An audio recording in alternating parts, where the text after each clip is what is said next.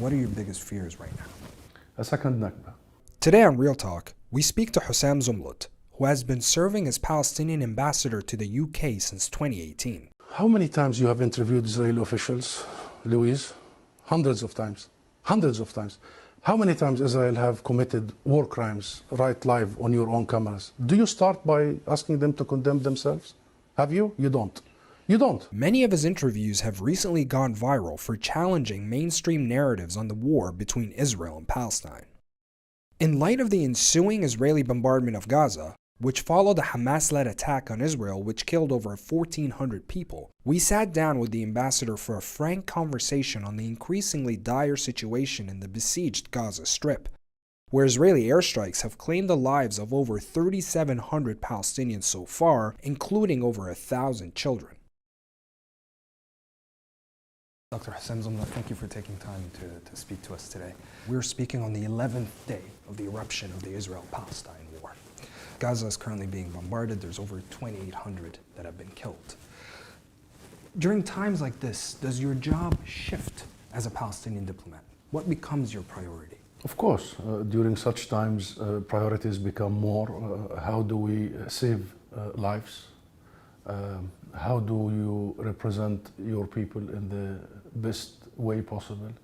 How do you take up your responsibility, because you are a voice in one of the most important capitals, that is London. And add to that, because of the tension and the situation, you are also worried about your staff and your team and the protection of your team and the protection of your own family, your own kids, because we have been receiving many death threats at the Palestinian mission. Really? Yes. Okay. Can you tell me more about that?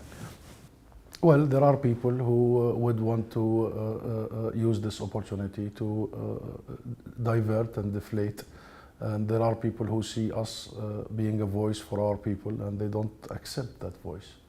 There are people who want the narrative to continue as it is, the discourse to continue as it is. They don't like that narrative to be challenged. And when it is challenged, their hatred and their violence might come out at the voice rather than at the messenger rather than the message. And this is what has been happening, and we have informed the British authorities and the British police, and we have asked for police presence and protection, because the level of threat is increasing by the day. So nonetheless, where I'm going with this is that you have to think about all these things. What are your biggest fears? I mean, Gaza is under a complete siege. There's the threat of a looming ground invasion, an Israeli ground invasion. What are your biggest fears right now? A second Nakba. And I think... second Nakba? Yes, that's my biggest fear. And I think the Israeli political class and military class have that in mind. And I don't think they are very public about it. When Netanyahu makes a coalition, and in the coalition, people like Smotrich and Ben-Gvir and others, when his finance minister says only recently in Paris that the Palestinian people simply do not exist, and he had a map in front of him showing Palestine and Jordan all together as Israel, when Ben-Gvir is busy handing machine guns to Israeli civilians, and you know what is the intention, I am worried for a second Nakba, not only in Gaza, but in the West Bank, and even against our people inside Israel, the Palestinian citizens of Israel, the 48 Palestinians. Yeah, a second Nakba is in our head. And, this might be the first situation in human history where refugees, those who have been ethnically cleansed from their homes, are about or are intended to live that experience again. It's unbelievable that, I was born in a refugee camp to the very south of Gaza, and I know the collective memory of the Palestinian refugees and what happened in the Nakba, how my grandfather had to carry my father, and all these stories. And that collective experience is being relived right now. Mm-hmm. And this is why we are all alarmed by this, and we must stop it, and we will stop it, because I think our people will not allow for this. No way.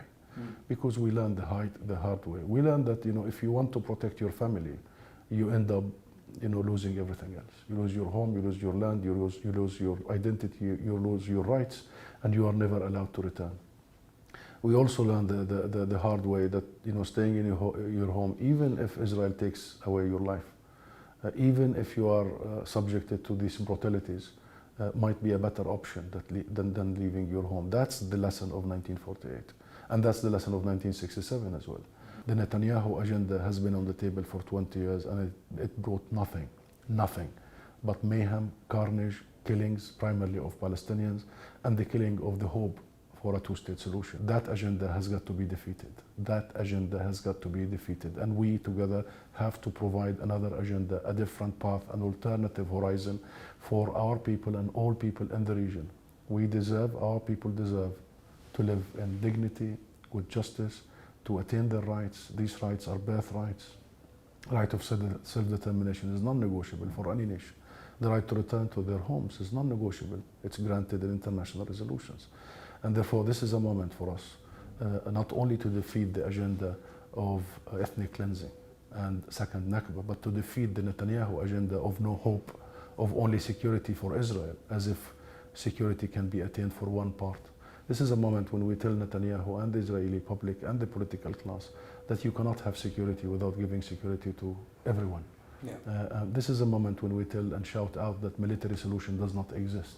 You cannot resolve political issues with military options. And this is a moment when we tell everybody the only option is a political way forward. Keeping in mind everything you just said, Ambassador, I mean, how do you juxtapose this with the comments recently made by the Israeli ambassador in the UK, who went on TV just recently and said that there's no humanitarian crisis in Gaza?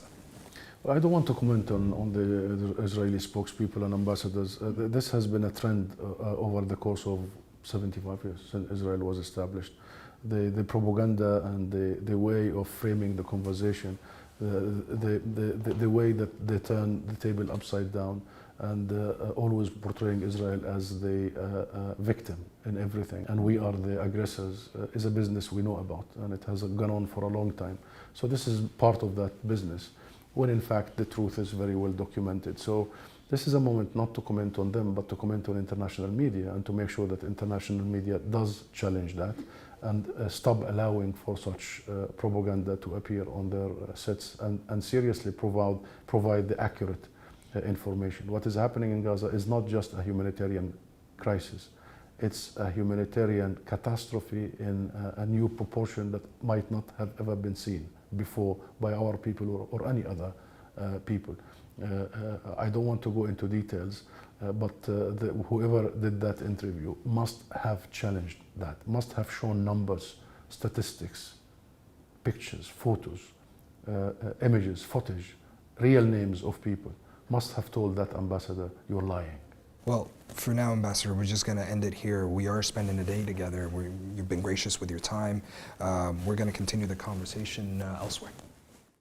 Do you ever think about the children of Gaza, Ambassador? I mean, there's over 1 million child in Gaza, and this is becoming the 5th war in the last 15 years. So if you're a 15-year-old child in Gaza, this is all you know. What kind of impact does that have on a child? Everlasting. Yesterday I tweeted the photo of Yasser, a child who was hanging by his mother, who was on a emergency bed. Both of them were bombarded. Luckily, thank goodness, they survived barely. And when I saw that video, it literally broke my heart. And I really wanted to embrace, to hug Yasser, and to whisper in his ears that his future, inshallah, will be better, that we will make sure that this does not happen again to him and to his family. The way I saw Yasser is the way I saw my own childhood and the way I see Palestinian children, not only in Gaza, but in the West Bank. Not only in the West Bank, but also in refugee camps everywhere. Look what is happening in our refugee camps in Lebanon, in Syria, and everywhere.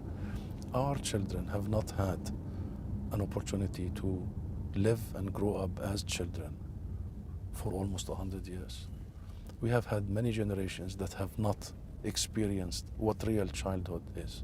Yasser deserves to play, have fun, be hugged, laugh.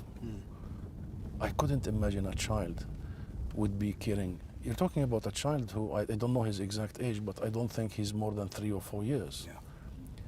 I was looking at that video like 10 times and weeping, actually. Weeping? Yes, because I felt some sense of helplessness. I wanted to be there. I couldn't imagine a child over 3 or 4 years old is comforting his mother. It should be the other way around. Yeah. It really should be. He was trying to tell her, calm down.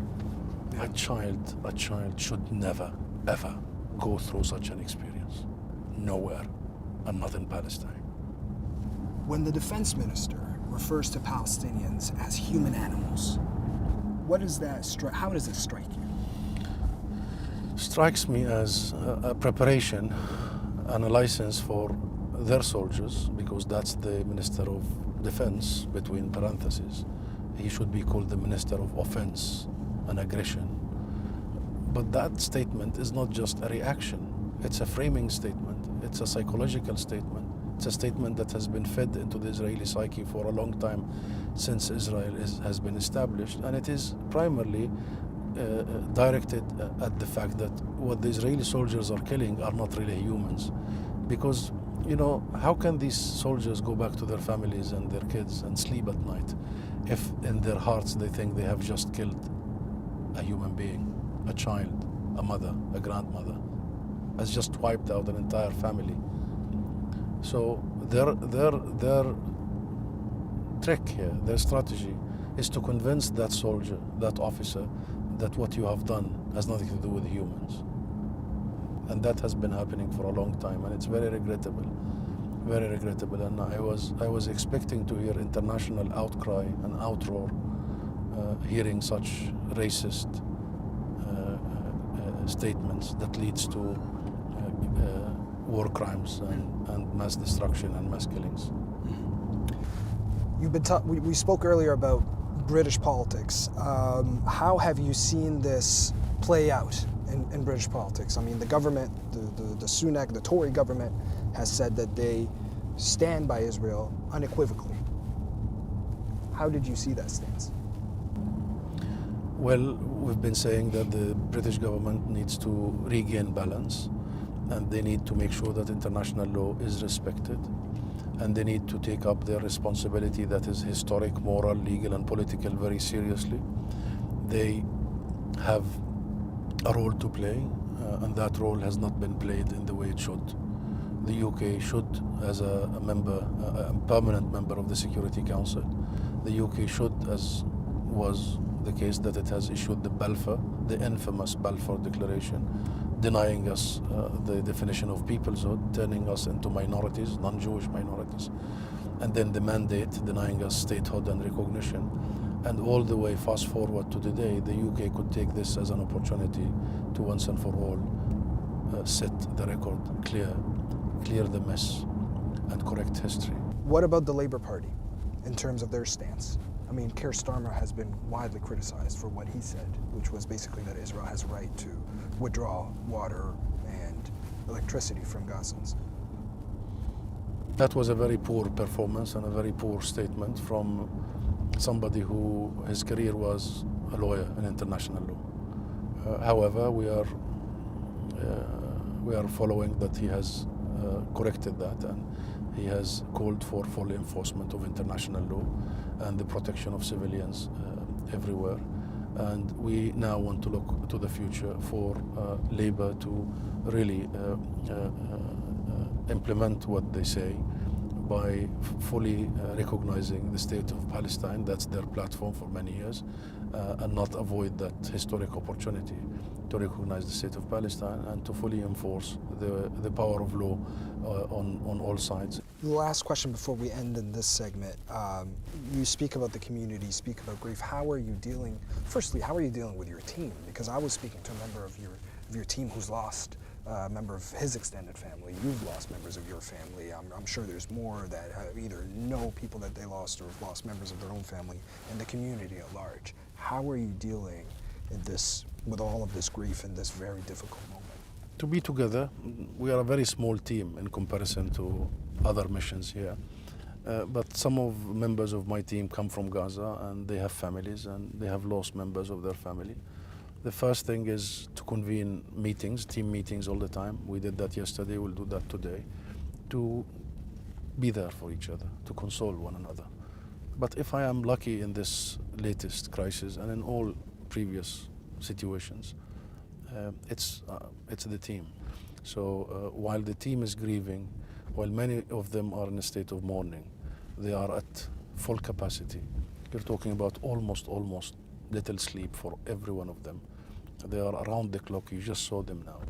And this is really a story to be told about a people that no matter what would dedicate their life and would dedicate their time not to their personal grievances, but for the grievances of their entire nation and the rights of their nation. So I am very, very grateful for my team. Dr. Husam, you spoke earlier today about media coverage of what's been happening.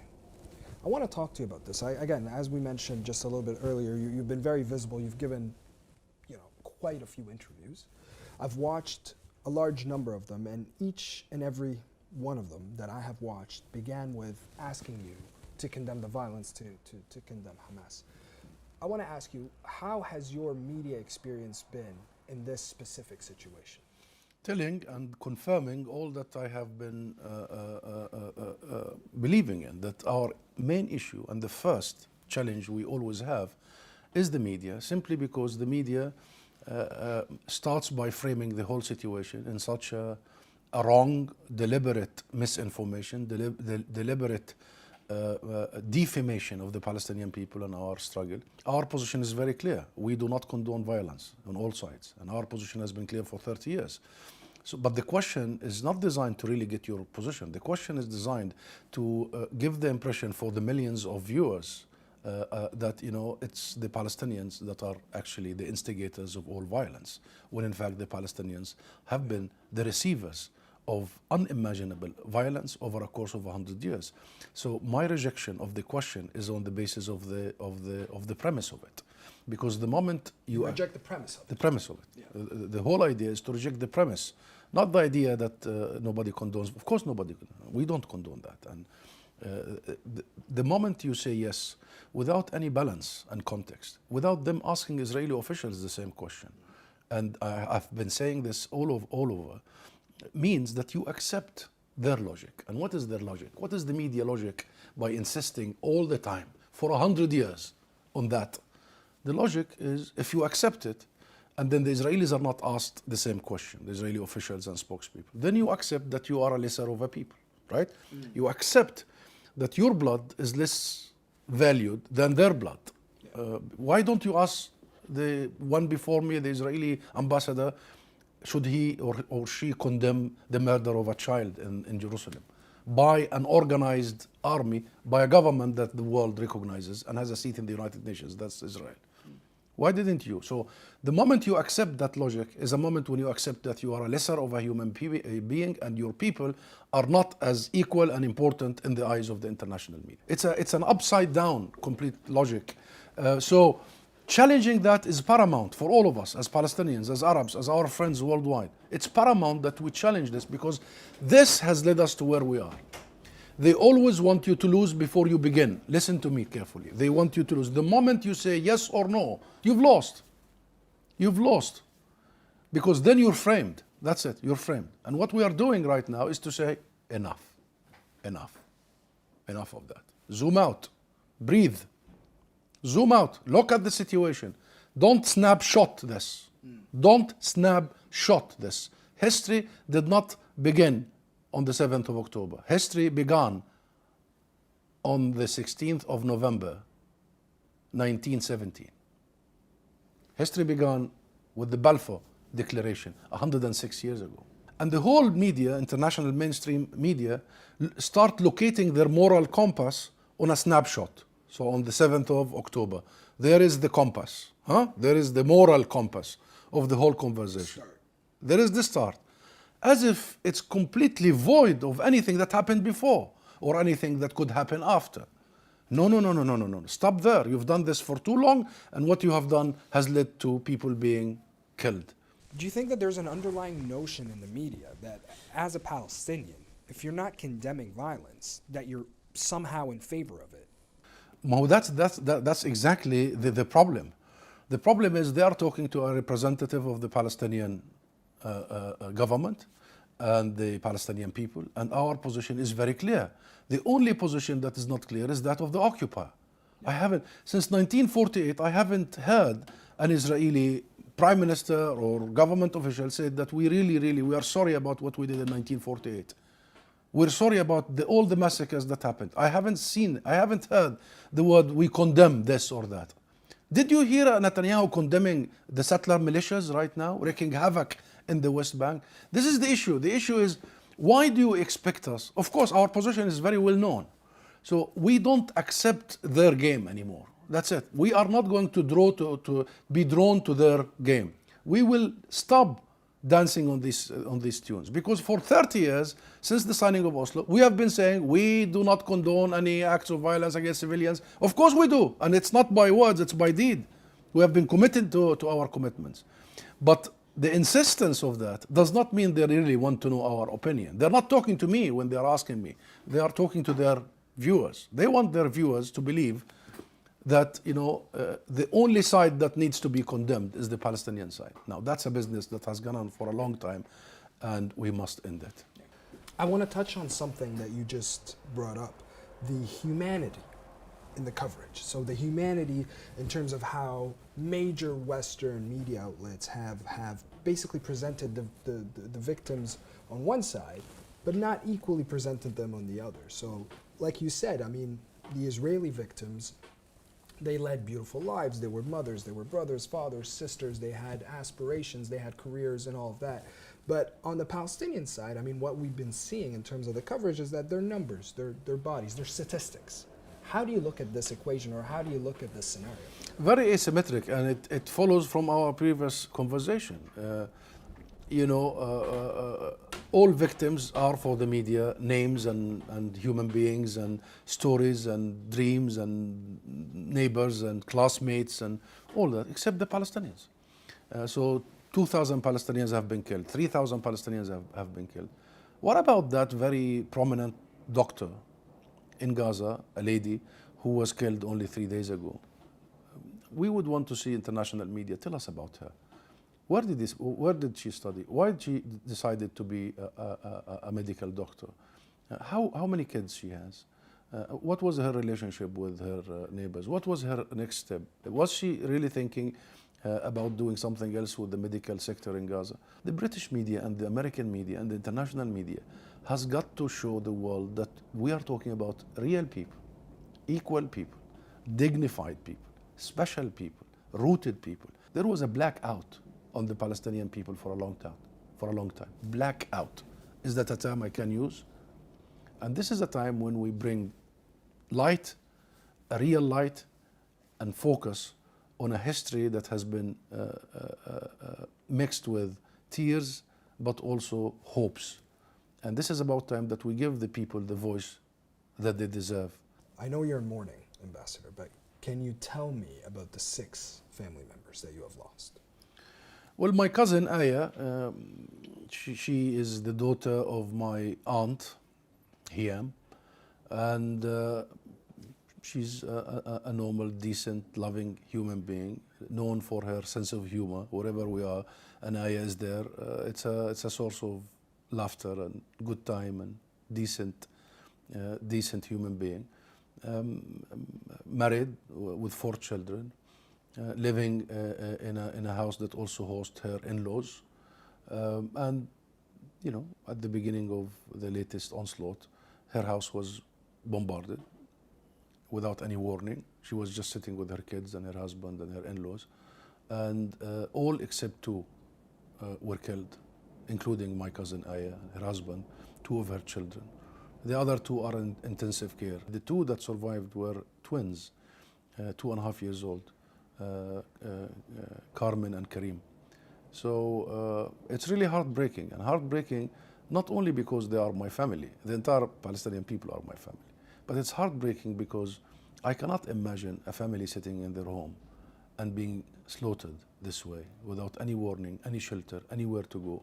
I cannot imagine the carnage, what must have gone into their heads in the few seconds before and in the few seconds during. These things are in my head all the time.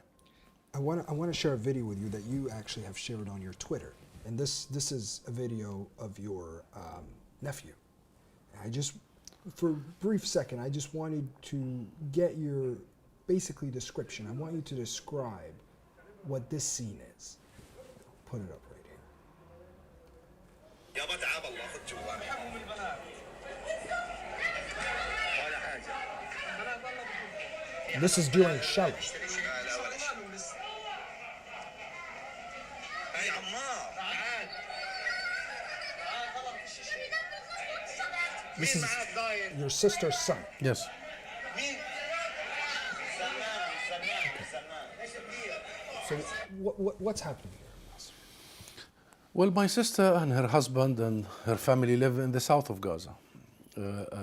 They live,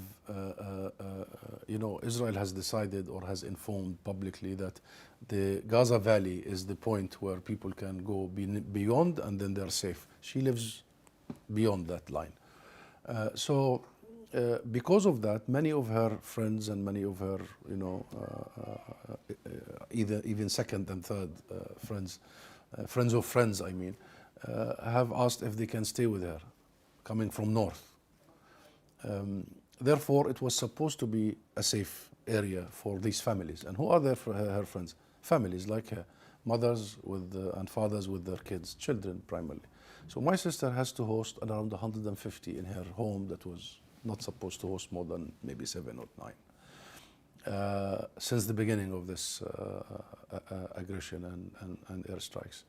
And Ammar, who's 8 years old, my nephew, went out to buy bread from a shop that is literally a few meters away from their home. The one who took that video is from my sister's home, so you could see it's a very close proximity, these families believing that the south is at least spared. And then he goes into the shop and an Israeli rocket hit the building that the shop is in. Miraculously, he survived. He came out of the smoke and we saw that moment. Now Ammar is the youngest and the most spoiled in the family and we all love him. And we are so relieved that he was not killed. But with Ammar were other children who were hosted by my sister, and thankfully they were also fine. Some cuts and bruises. And this is not just about being killed. I can only think of my nephew and the many like my nephew about the psychological impact. These things will live with them for the rest of their lives. And again, I would only want to, if I can, just delete that moment from his memory. That's the best I can do. From his memory and our memory, because this is really traumatic. And for a child like Ammar, it should not have happened. My last question for you, Ambassador, and we'll leave it here. You're a father. Do your children speak to you about what's happening? What do you tell them? Do you have conversations about what's happening right now? They do, and they always have questions, and I always try my best to answer in very basic and what's the word, human way. I also want to protect my children from any feel of despair or being concerned about themselves or their father. So we have difficult conversations to make sure that our kids grow in a very natural, normal situation, understand their history, understand where they come from, understand their rights, and continue with their nation, the struggle for their rights, but at the same time have as normal life as possible. That's a very difficult task for a father to do, and I hope I managed to strike the balance in some way or another. We'll leave it here. Thank you so much for your time today, Ambassador. You're most Appreciate welcome. your time. Thank you.